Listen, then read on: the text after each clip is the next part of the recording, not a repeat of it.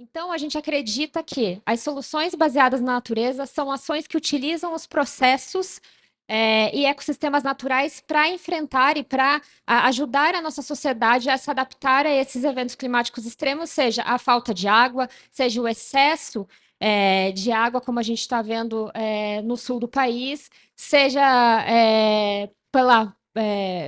por deslizamentos, enchentes. Então, a gente entende que as soluções baseadas na natureza, esse grande guarda-chuva, a gente pode começar muito mais a se colocar dentro do contexto ambiental e enxergar essas soluções por meio da natureza que já nos mostra um pouco dos caminhos que a gente pode seguir, nós como sociedade, para nos adaptarmos a esses eventos climáticos extremos. A gente entende que as soluções baseadas na natureza sozinhas, elas não são suficientes para adaptar a nossa sociedade, mas ela aliada à infraestrutura cinza, à engenharia convencional, sim, é muito mais potente e é isso que acreditamos.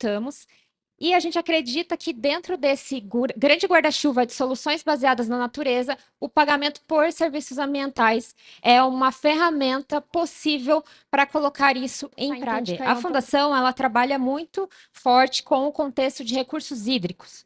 Então, a gente traz aqui a água como um grande apelo à sociedade, como pessoas para a sociedade, mas também para as empresas, né?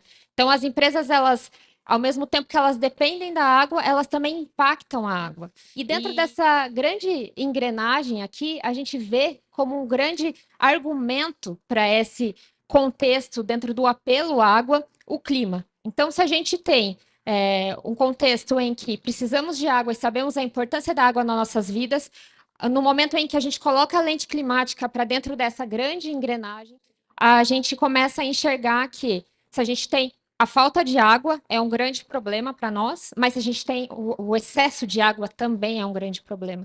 Então, como que a gente começa a pensar nisso integrado? E o PSA é uma ferramenta para.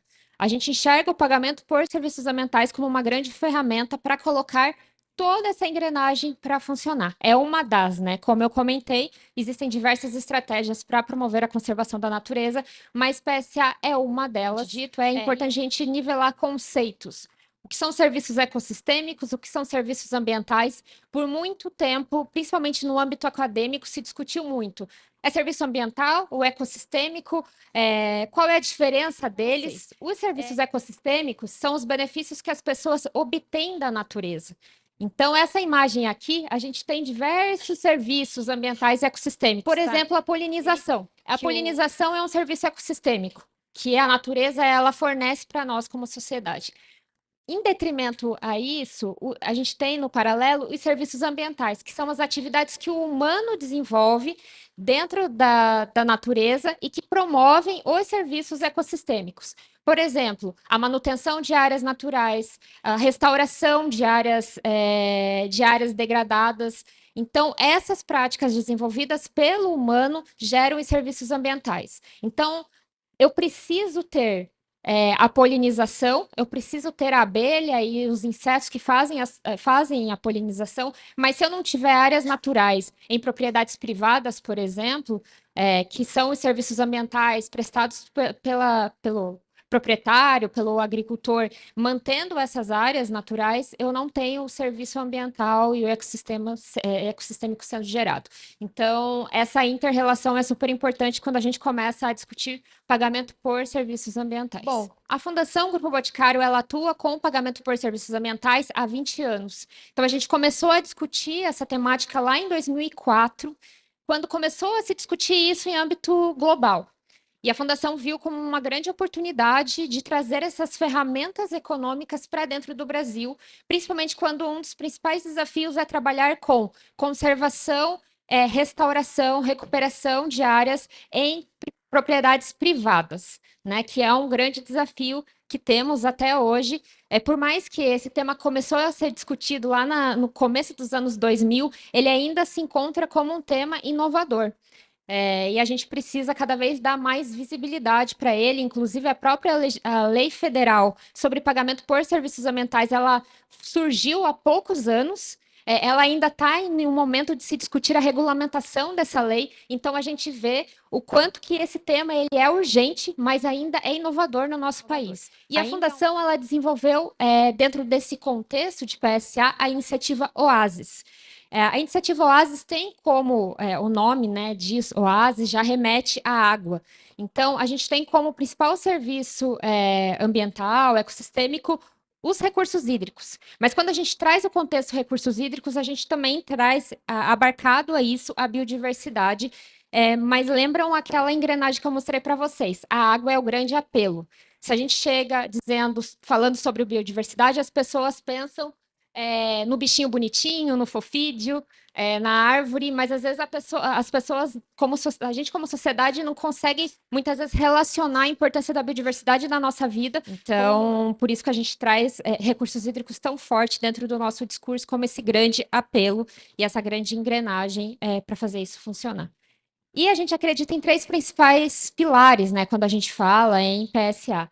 A valorização dos ambientes naturais. Então, a gente precisa valorar esses serviços ambientais e ecossistêmicos e valorar esses ambientes naturais, as áreas naturais, por meio de mecanismos financeiros de incentivo econômico. A gente trabalha também com a manutenção e melhoria dos serviços ambientais em propriedades privadas, entendendo que, por mais que a gente entenda a importância das áreas naturais, e a gente dá muita força para ela dentro da metodologia de valoração ambiental que eu vou mostrar para vocês, mas a gente precisa olhar a propriedade como um todo, porque as práticas que um produtor, por exemplo, de hortaliça desenvolve dentro da sua propriedade são serviços, dependendo da prática que ele desenvolve, é um tipo de serviço ambiental que está sendo prestado. Dependendo da técnica que ele usa, ele pode deixar o solo muito mais exposto em um momento de chuva, esse solo ser carreado para dentro do leito do rio, assorear o leito do rio e faltar água para a população, como a gente já viu muitas vezes acontecer. E modelos de governança e ferramentas. Então, a Fundação ela acredita que a gente precisa trabalhar nesses modelos de governança e ferramentas para que todo mundo consiga implementar esse tipo de ferramenta, esse tipo de mecanismos de valoração ambiental. E ao longo dos 20 anos de atuação com essa temática, a gente foi criando um guia de implementação de políticas públicas para a PSA, um guia de implementação de projetos de PSA. Por onde que o município começa quando ele resolve desenvolver e implementar esse tipo de projeto? Então, a gente vem cada vez mais consolidando isso e trazendo também um olhar muito técnico para a valoração dos serviços ambientais. Então, como eu comentei, né, a Fundação ela começou a discutir essa temática lá em 2003, 2004, e o primeiro projeto de PSA desenvolvido pela Fundação foi em 2006, na região metropolitana de São Paulo. Nesse momento, a Fundação foi uma das pioneiras a implementar esse tipo de projeto. O Oasis São Paulo ele nasceu junto com o projeto de Extrema, que é um projeto muito conhecido quando a gente fala de PSA no mundo que acontece em Minas Gerais. Então, a gente vê o quanto que esse tipo de prática, naquele momento, era muito inovadora, até hoje né? Mas naquele momento não existia algo parecido no Brasil acontecendo. E quando a gente começou a discutir PSA, nesse projeto de São Paulo, a gente discutia apenas as áreas naturais. A gente não olhava a propriedade como um todo. A gente olhava as áreas naturais daquela propriedade. Era isso que a gente acreditava e era isso que existia na literatura naquele momento. Em 2009, a gente já começou a mudar um pouco a forma de pensar, com o projeto Oasis Apucarana, que é no interior do estado do Paraná. Esse projeto em Apucarana foi desenvolvido pela prefeitura de Apucarana e a gente começou a ver a importância de olhar para a propriedade como um todo. A prática agrícola dele interfere nos serviços ecossistêmicos que estão sendo gerados. A forma com que ele manuseia o resíduo sólido da propriedade dele também interfere. Então, a gente começou a olhar dessa forma sistêmica para a propriedade como um todo. Lembrando também que o Oasis São Paulo, ele foi executado, desenvolvido pela Fundação com recursos internacionais para poder fazer esse pagamento pelos serviços ambientais. Já em Apucarana, o recurso vinha de um fundo que era relacionado ao ICMS ecológico que o município recebia. Então, a gente já começa a ver diferenças. Um recurso internacional financiando esse tipo de projeto, outro recurso público financiando esse tipo de projeto. Lembrando que em 2006, 2009, isso era extremamente inovador. Já em 2010, surgiu o projeto em São Bento do Sul, em Santa Catarina. E aqui é um outro modelo. O recurso financeiro para pagar esses proprietários vinha da empresa de água de abastecimento público. Então, a gente começou a olhar muito do que se dizia na literatura, usuário pagador, usuário do serviço ambiental, vendo a importância na forma do manuseio da propriedade rural, pagando esse serviço ambiental. Então, a gente começa a ver o que se discutia tanto na literatura acontecendo no Brasil. Em 2011, surge a metodologia OASIS, que é a metodologia de valoração ambiental. Então, a gente começou a ver que tínhamos 3 projetos diferentes, com características diferentes, e a gente precisava pensar como valorar esses serviços ambientais. Cada um fazia de um jeito. Existem formas de se pagar o serviço ambiental por um valor fixo, R$ 200 por hectare.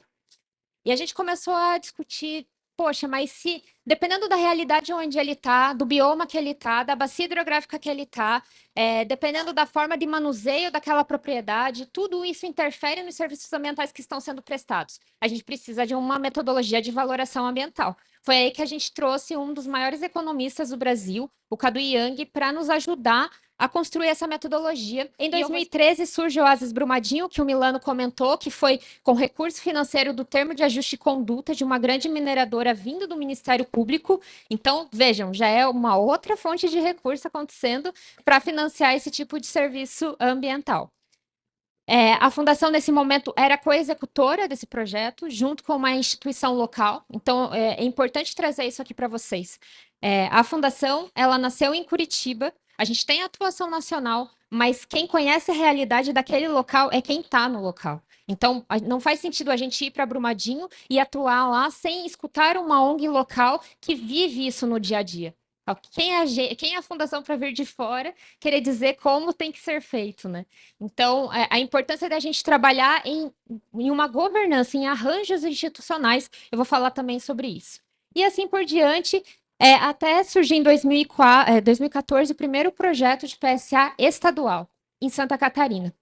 Então, a gente começa a observar isso acontecendo municipal, foi começando pequenininho, daqui a pouco virou uma política estadual, foi sendo replicado por outros estados também, e surgiu também, dentre todos eles, os mais diferentes, eu estou falando aqui, o PSA-RPPN no estado do Paraná, que é o pagamento por serviços ambientais de reservas particulares do patrimônio natural que estão conectados às unidades de conservação. Então, também é um modelo diferente de se trabalhar, porque eu não estou falando de produção agrícola, eu estou falando de uma propriedade que já está consciente da importância de se conservar a natureza e que transforma a sua propriedade privada em uma reserva particular do patrimônio natural. Então, a gente já começa a ver muita coisa diferente acontecendo ao longo desse tempo. Bom, e como que se implementa a PSA, né? De acordo com a iniciativa Oasis, de acordo com os 20 anos de atuação da Fundação. Então, a gente criou esse modelinho aqui muito para dar o passo a passo do que fazer, como fazer. De tudo que a gente viu ao longo do tempo acontecendo em diversos projetos, diversas características diferentes, ao mesmo tempo em que a gente vê nesses níveis aqui, o passo a passo, a gente identificou dimensões que são transversais. Elas podem acontecer o tempo inteiro durante o projeto, ou ela pode acontecer no começo, sumir e lá no final aparecer de novo. Quando a gente olha para os níveis, o primeiro nível é o conhecimento diagnóstico primário. Se eu quero atuar naquela região, eu preciso começar a pensar por que eu vou fazer isso? Qual é o meu objetivo? Planejamento preliminar, eu começo a planejar. O meu projeto é por bacia hidrográfica, por município, por distrito, pelo quê? Então, eu começo a pensar também e também a fazer algumas priorizações de áreas de atuação. Sensibilização e engajamento é fundamental, porque a gente sozinho não consegue fazer um projeto de PSA acontecer. A gente precisa de vários parceiros juntos. Definição de um modelo operacional, valoração ambiental, como que isso vai se dar, governança, arranjo, como que eu vou formalizar esse programa, implementação e monitoramento, como que eu monitoro e avalio que os serviços ambientais estão sendo prestados, e por fim, a avaliação e transição. Se esse projeto ele vai ter mais um ciclo acontecendo depois de X anos, se ele é permanente ou não, então tudo isso a gente precisa discutir. Um dos principais pontos aqui, pensando na dimensão 1, que é propósito e impacto, qual é o problema? Qual é o problema que eu quero solucionar? A gente precisa começar a falar sobre PSA por meio de um problema. Eu trago até aqui um exemplo: interrupção do funcionamento da estação de tratamento de água pelo excesso de sedimento dentro da água naquela bacia hidrográfica em um momento em que se tem uma grande chuva. E a gente vê isso acontecendo e parece até ambíguo, né? Tem muita chuva, tá chovendo muito, mas está faltando água na torneira das pessoas. A quantidade de sedimentação e o manejo, né, do solo, ele é fundamental quando a gente começa a pensar nesse contexto aqui. É esse o problema que eu quero solucionar? Ótimo. Será que o problema que eu quero solucionar, o PSA, ele é a melhor ferramenta, ele é a melhor estratégia? Porque a gente vê cada vez mais que o PSA sozinho, às vezes, ele não é suficiente. A gente precisa pensar nele de uma forma sistêmica, integrada a outras ferramentas e outros conceitos para que ele tenha sustentabilidade, né? Então, por exemplo, o PSA aliado a uma extensão rural, em que eu tenho a Emater naquelas propriedades, ajudando o proprietário a produzir de uma forma mais sustentável e aproveitando ao máximo a área que ele já tem disponível para plantio. Ou turismo rural. Eu associo o PSA ao desenvolvimento de um turismo rural em que as pessoas querem vivenciar aquela realidade no seu final de semana, ter contato com a natureza e ao mesmo tempo estar conectado ao PSA. Então, a gente precisa pensar nessas estratégias juntos. Segunda dimensão, governança e arranjo institucional. Para que um arranjo institucional ele aconteça, eu preciso minimamente de um executor, de um financiador e dos proprietários rurais. Sem isso, um projeto de PSA ele não sai, não acontece. E é legal também trazer para vocês a diferença entre governança e arranjo institucional. Governança é quais são as regras, como que se dá a tomada de decisão? Existe algum ator que tem um poder maior ali de voto ou de veto? Então é a regra. Eu preciso ter essa regra definida, é a governança. Já o arranjo institucional é quais são as instituições que fazem parte desse arranjo. Eu tenho a fundação com a metodologia de valoração ambiental, eu tenho a universidade com o papel de fazer o monitoramento ambiental das áreas, eu tenho a prefeitura que executa esse projeto, então eu preciso ter todos esses atores juntos dentro desse arranjo. Qual é o papel de cada um? É fundamental isso também. E como formaliza? Quando eu falo de um programa de PSA instituído dentro de um contexto governamental, eu estou falando de uma criação de um programa de PSA por meio de uma lei, estou falando de uma regulamentação desse programa de PSA e estou falando também de uma regulamentação dessa governança, desse arranjo institucional, muitas vezes por meio de decreto ou muitas vezes por meio de portaria. Então, a gente tem o executor local aqui, que normalmente é a prefeitura ou o estado, que é responsável por contratar, por fazer o pagamento e por monitorar os serviços ambientais prestados pelos proprietários. Então, os proprietários prestam serviços ambientais. A sociedade e o usuário do serviço ambiental, que nem eu falei, a empresa de água, ela vê valor nisso e ela paga esses proprietários rurais para que eles continuem gerando esse serviço ambiental. Dentro aqui, dessa parte aqui, a gente tem a sociedade fazendo parte e dando suporte técnico para esse executor. Então, a fundação com a metodologia, como eu comentei, a universidade com o monitoramento. Então, a gente tem diversos arranjos acontecendo e ela é sempre ajudando na tomada de decisão e dando suporte técnico para o executor fazer isso acontecer. Isso é o arranjo institucional. Outra dimensão extremamente importante é o recurso financeiro. Quem vai pagar por isso? Né? Quanto de recurso precisará? Então, é fundamental a gente definir quanto de recurso eu tenho, quanto de recurso eu preciso para fazer esse projeto acontecer. Ele vai acontecer por 3 anos, por 5 anos, 10 anos. Então, tudo isso é fundamental a gente já ir planejando desde o começo desse projeto. O que será custeado? Eu vou custear apenas o pagamento pelos serviços ambientais ou eu vou custear outros serviços importantes, como disponibilidade de cerca para esse proprietário rural, mudas para fazer uma restauração dentro da propriedade dele, de áreas prioritárias. Então, eu preciso definir isso também desde o começo do projeto. E quem que paga? A gente viu aqui nos exemplos que eu trouxe, tem desde termo de ajuste à conduta, desde empresa de água pagando, desde recurso internacional, então existe uma gama de possibilidades. Mas a gente só tem sustentabilidade financeira quando a gente está falando do usuário pagador. Então, a empresa de água, por exemplo, é muito mais fácil a gente ter essa sustentabilidade financeira ao longo do tempo desse programa do que a gente ter um recurso internacional que surge, injeta recurso ali, 5 anos acontecendo o projeto, daqui a pouco acaba, sumiu, acabou o projeto. E quando eu falo da parte de recursos financeiros, não tem como eu não falar da metodologia Oasis de valoração ambiental, que é essa metodologia aqui. Quando a gente chegou para o economista e falou, preciso de uma metodologia de valoração, a gente falou, eu quero que seja padronizado.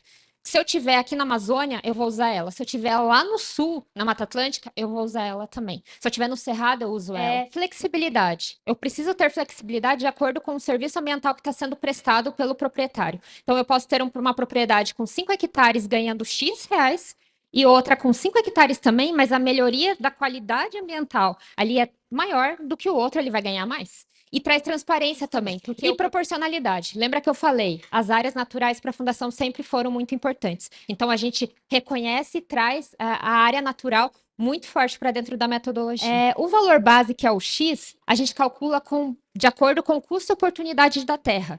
Ele vem por meio do preço da terra, por meio do arrendamento da terra, a gente calcula esse valor base aqui. Por quê?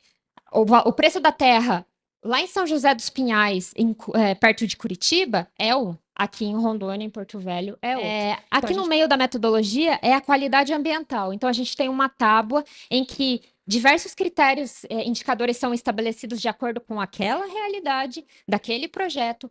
Por exemplo, o proprietário, ele cerca a sua nascente para que o gado não pisoteie a nascente. Se ele faz isso, em determinados projetos, isso é muito bom. Então, ele vai ganhar um ponto. O que não faz, não ganha nada. Então, a gente vai regulando a metodologia dessa forma, né? Como que é a gestão do resíduo sólido dele? Ele queima o resíduo sólido ou ele destina o resíduo sólido de uma forma mais sustentável? Então, se ele faz isso, ele ganha mais do que aquele que queima em terra. Ou aquele nem ganha.